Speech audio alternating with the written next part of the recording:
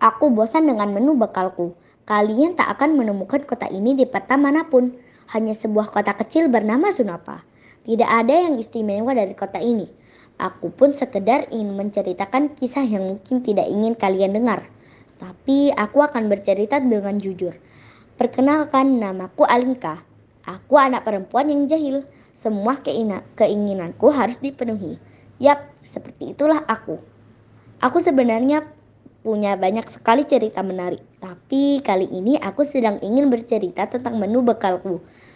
Beberapa akan ceritakan setelahnya. Aku anak baru di sekolah. Kata mamaku, sekolah itu terbaik di Sunapa. Namanya TS. Kepanjangan terbaik Sunapa. Kata-katanya sangat aneh menurutku. Sekolah itu sangat sederhana, hanya sebuah gedung dengan beberapa ruangan. Ada ruangan yang pagi hari digunakan untuk kelas 1, 2, dan 3. Dan siang hari untuk kelas 4, 5, dan 6. Juga ruangan untuk perpustakaan, kantin, ruangan guru, dan kepala sekolah. Aku masih kelas 1, sebutan kelas 1 di sana untuk pemula. Aku tidak terlalu suka dengan sebutan itu. Aku mempunyai kakak bernama Alaski. Dia sudah kelas 6. Sebutan dari kelas 6 adalah tingkat tertinggi. Biasanya tingkat tertinggi diberi pekerjaan rumah menulis sebuah puisi setiap hari. Aku akan memberitahu setiap sebutan tingkat kelas di terbaik Sunapa. Kelas 2 sebutannya naik tingkat. Kelas 3 sebutan jangan menyerah. Kelas 4 diberi nama dalam perjalanan. Yang terakhir, kau tahu kelas berapa dan sebutannya? Ya, betul, hampir sampai. Aku membencinya. Aku benci nama-nama aneh itu. Di sana aku juga tak punya teman dekat. Semua siswa sudah punya kelompok yang bisa disebut geng. Tak ada yang tidak. Setiap anggota geng harus mendengar dan patuh pada ketua geng. Jadi aku memilih untuk tidak berteman dengan siapa-siapa. Baiklah, aku akan memulai ceritaku seperti yang kujanjikan. Tentang menu bekalku. Di terbaik Sunapa, setiap anak harus membawa bekal. Jika tidak, dihukum. Berlutut di halaman sampai jam istirahat. Mamaku selalu membawakan aku bekal yang sama. Tumis brokoli, cumi goreng tepung, dan nasi merah. Teman-temanku sering mengejekku karena bekalku selalu sama. Sedangkan aku kesal juga. Apalagi kakakku diberi bekal yang berbeda-beda setiap hari. Suatu hari sekolah TS akan mengadakan pelajaran di luar kelas. Atau kata-kata yang sering dipakai orang zaman sekarang. Study tour. Aku heran mengapa orang-orang suka menggunakan istilah-istilah aneh.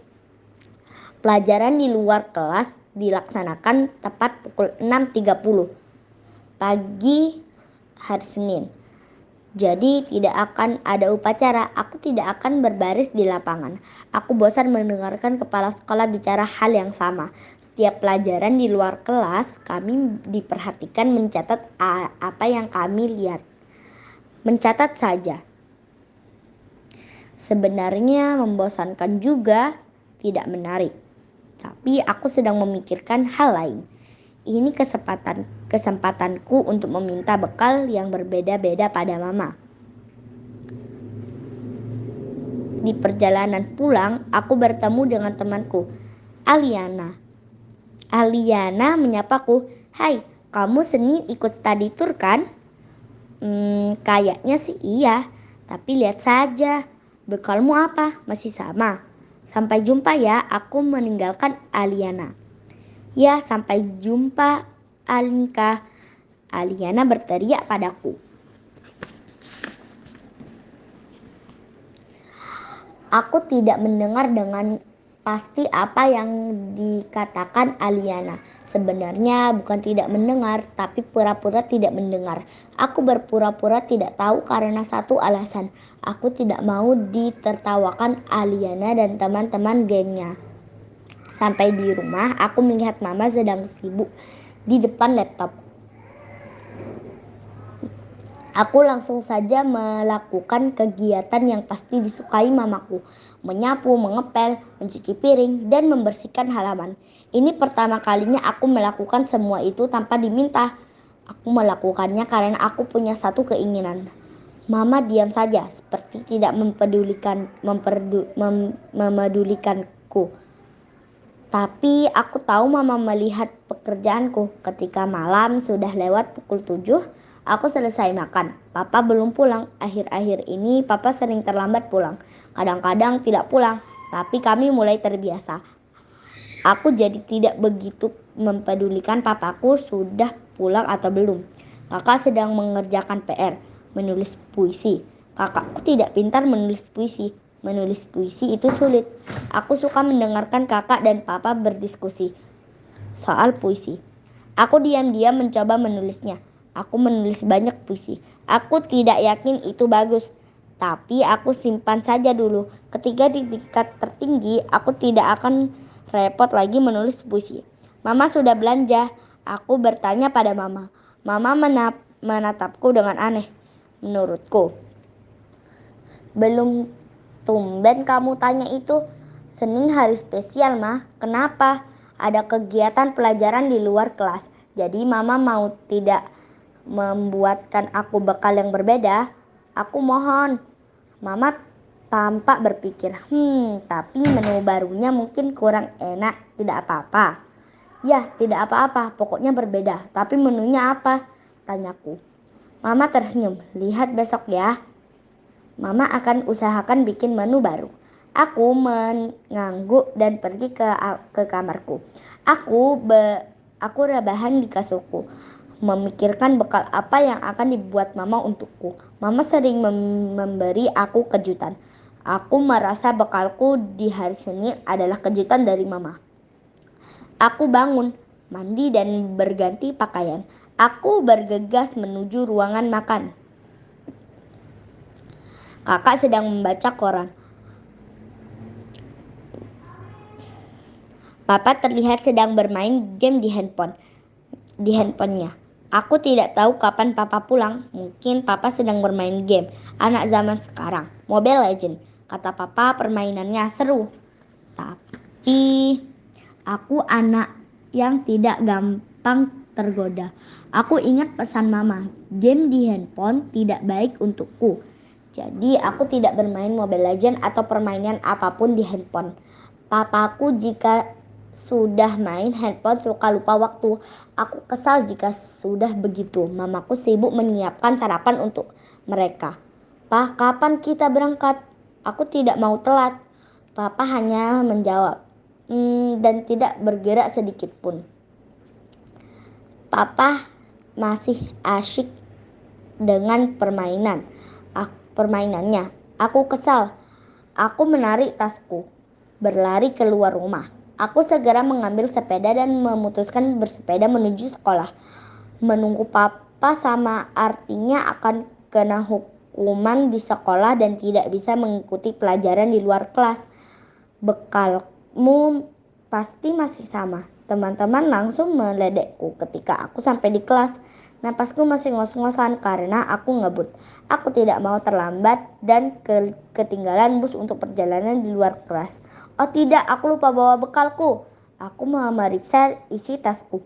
Aku memang tidak membawa bekalku. Semua gara-gara papaku. Teman-temanku tertawa.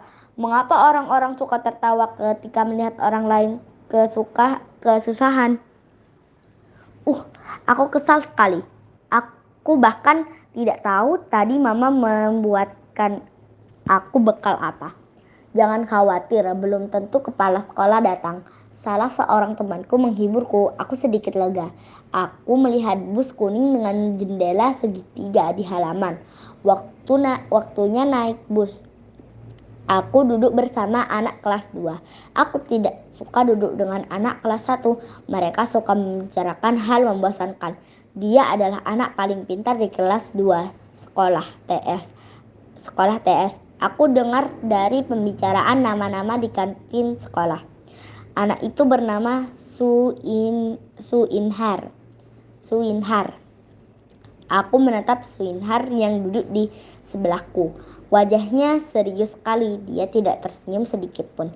Dia memakai baju bertulisan "Aku Keluarga dan Alam" dengan rok selutut bermotif batik. Aku masih memikirkan bekalku, kepala sekolah, dan hukuman yang akan aku terima. Jika kepala sekolah tahu aku terancam tidak akan ikut perjalanan di luar kelas, aku akan dihukum berlutut di halaman sekolah. Aku berdoa agar bus segera jalan. Saat aku menatap ke jendela, aku melihat pantulan pria tua brewok dengan kumis tebal perjalanan mendekati bus. Aku berharap bus segera berjalan. Kepala sekolah melihat ke arahku. Aku tersenyum. Kepala sekolah tidak tersenyum padaku. Sepertinya dia tahu jika aku melakukan kesalahan.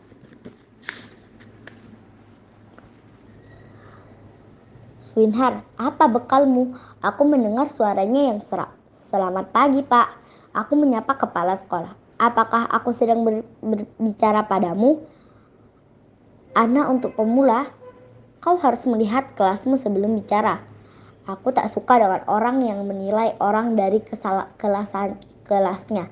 Artinya, aku tidak suka pada kepala sekolahku. Bukan karena aku melupakan bekalku. Bekalku nasi kuning dengan ayam bakar dan sayur bayam. Pak kepala sekolah, kata Suinhar. Apa bekalmu, Alinka?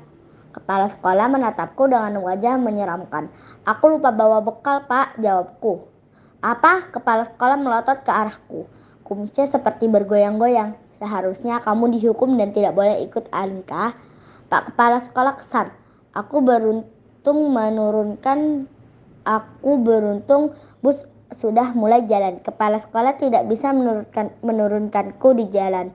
Itu melanggar aturan. Jadi aku bisa ikut perjalanan di luar kelas. Bukan salah saya, Pak. Bapak yang lupa memeriksa anak-anak yang tidak bawa bekal sebelum berangkat. Alinka, beraninya kamu bicara begitu pada kepala sekolah. Bapak kepala sekolah semakin marah. Bukan begitu, Pak. Sebenarnya tadi saya sudah hampir terlambat. Saya buru-buru dan terpaksa naik sepeda ke sekolah. Makanya saya lupa membawa bekal saya. Aku terus bicara, tapi jika sudah tahu kamu salah, kamu harus berani mengakuinya. Bukannya saya sudah jujur ketika Bapak tanya. Lagi pula saya lupa karena saya tergesa-gesa dan saya sangat ingin ikut perjalanan di luar kelas. Makanya saya tetap naik bus. Aku terus bicara. Swinhar kebingungan melihatku. Dia pikir aku tidak akan berani bicara pada kepala sekolah. Aku jadi ingat papaku. Papaku selalu merasa benar jika sedang bicara tidak bisa dihentikan. Dia bisa marah. Aku pikir karena dia papaku dan karena dia orang dewasa. Anak-anak harus mendengarkan saja semua perkataan orang dewasa. Anak-anak tidak boleh membantah. Tapi mamaku bilang setiap orang harus berani bicara. Aku tidak boleh ikut karena anak-anak. Lagi pula mamaku bilang orang dewasa juga sering melakukan kesalahan. Jadi anak-anak juga harus mengingatkan. Tapi aku sudah mengingatkan papaku. Dia makhluk yang paling benar di atas dunia ini.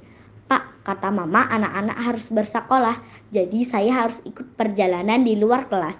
Bapak tidak boleh melanggar anak-anak belajar hanya karena tidak bawa bekal. Itu kesalahan fatal, Pak. Kepala sekolah tidak bicara apa-apa lagi. Aku tahu mamaku akan dipanggil ke sekolah, tapi aku tidak takut meskipun mamaku akan cerewet padaku. Ya, mamaku memang cerewet. Hanya papa yang jarang dicereweti mama. Karena itu tadi papaku makhluk paling benar di dunia ini. Mamaku akan cerewet jika ada hal yang tidak sesuai. Mama bisa cerewet jika aku lupa minum air putih waktu bangun pagi. Mama akan cerewet jika aku menghilangkan alat tulisku. Mama akan cerewet jika aku mencerewetinya lagi. Ini lucu sekali. Mamaku juga pernah cerewet pada orang tua yang seenaknya memutar mobil mereka di halaman sekolah. Mamaku juga pernah cerewet dan hampir berkelahi dengan laki-laki berbadan besar di jalan raya. Karena laki-laki itu tidak menaati rambu-rambu.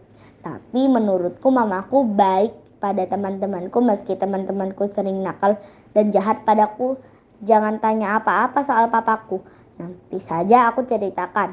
Aku tak tahu ada seorang yang sesibuk itu. Papaku mulai tak punya waktu untukku. Banyak anak-anak yang takut pada kepala sekolah. Apa hanya karena dia kepala sekolah hingga anak-anak harus takut? Kepala sekolah juga manusia. Masa sesama manusia takut sih? Atau jangan-jangan teman-temanku berpikiran kepala sekolah itu singa kelaparan yang akan menggigit dan memakan mereka. Ya, tak mungkin lah. Bus berhenti. Kepala sekolah segera turun dari bus. Dia tidak berbicara apa-apa lagi. Dia juga tidak bertanya pada anak-anak lain tentang bekal yang mereka bawa. Anak-anak segera turun dari bus. Aku nanti saja. Aku tidak mau tergesa-gesa. Aku menunggu yang lain turun. Untuk apa terburu-buru? Seperti menumpang pesawat yang tergesa-gesa. Pintu pesawat saja belum dibuka. Mereka sudah sibuk. Memangnya mereka mau turun dari mana? Jadi saat tersisa beberapa anak saja baru aku turun. Di sana aku melihat banyak sekali patung-patung besar. Aku paling tidak suka disuruh mencatat. Untuk apa mencatat nama-nama patung itu jika tidak tahu apa-apa tentang patung itu? Aku lebih suka bepergian dengan mama. Mama pasti punya cerita seru tentang patung-patung itu. Aku membayangkan mama bercerita tentang semua patung-patung di sana. Pertama bisa saja bernama Sherlock Holmes, si detektif handal. Aku akan bertanya pada mama, itu handal? Karena aku memang tidak tahu, tapi mama pasti akan memberitahuku, bukan menyuruhku mencatatnya. Patung kedua aku rasa bernama Lucky Belly, si artis. Patung ketiga bernama Lucia Nani, si pelawak. Aku juga tak tahu apa itu pelawak, tapi aku akan mencari tahu sendiri dan tak akan menanyakan pada mama. Patung keempat bernama Nurse Hita, si penyanyi baik hati. Kelima, Solikila sang seniman. Keenam, Sisilah Bob di si ilmuwan. Ketujuh, Hoho Siawan sang astronot. Kedelapan, Nanci Siluka sang penari. Kesembilan, Lalo bersaudara ingin menjadi penyanyi handal. Terakhir bisa dibilang patung ke-10, Dodo Silado si penulis. Cara cerita mama pasti lebih panjang tentang patung ke-10. Mama sangat suka penulis. Aku tidak tahu apa alasannya. Di Sunopa banyak sekali penulis hebat. Mamaku sering menceritakannya. Penulis kesukaanku di Sunopa, Eyang Pram. Jika dia masih hidup, pasti sudah sangat tua sekali. Mamaku sangat suka dengan karya-karya Eyang Pram. Aku juga. Jika mamaku bertemu dengan Eyang Pram, aku tidak bisa membayangkan wajah mamaku akan seperti apa.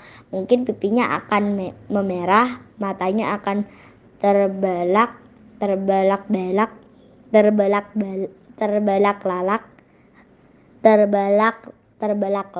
atau mamaku tidak bisa melakukan apa-apa, termasuk bernafas. Aku juga menyukai karya Eyang Pram. Aku sudah membaca beberapa. Ceritanya seru sekali. Aku suka Nyai Antosoroh. Aku membayangkan mamaku. Tapi sayangnya aku tak ada patung Eyang Pram di Sunopa. Aku pernah melihat patung penulis di kota yang jauh. Waktu itu aku sedang berjalan-jalan dengan mama. Patung itu letaknya di seberang kedai es krim yang terkenal. Tapi patungnya terlihat aneh. Aku tidak yakin wajah asli penulisnya berantakan seperti itu. Tidak ada yang peduli pada wajah berantakannya. Orang-orang tetap asyik berfoto. Aneh sekali. Tapi aku juga lupa namanya. Akhirnya aku selesai juga mencatat semua nama patung yang membosankan itu. Tapi aku tidak tahu apa-apa tentang mereka. Aku hanya tahu apa yang tertulis pada batu-batu di sana. Aku meletakkan tasku. Aku ingin mengeluarkan bekal dari tasku, tapi aku ingat aku lupa membawanya. Harusnya aku bisa makan enak sekarang. Aku penasaran bekal apa yang dibuatkan mamaku untukku hari ini.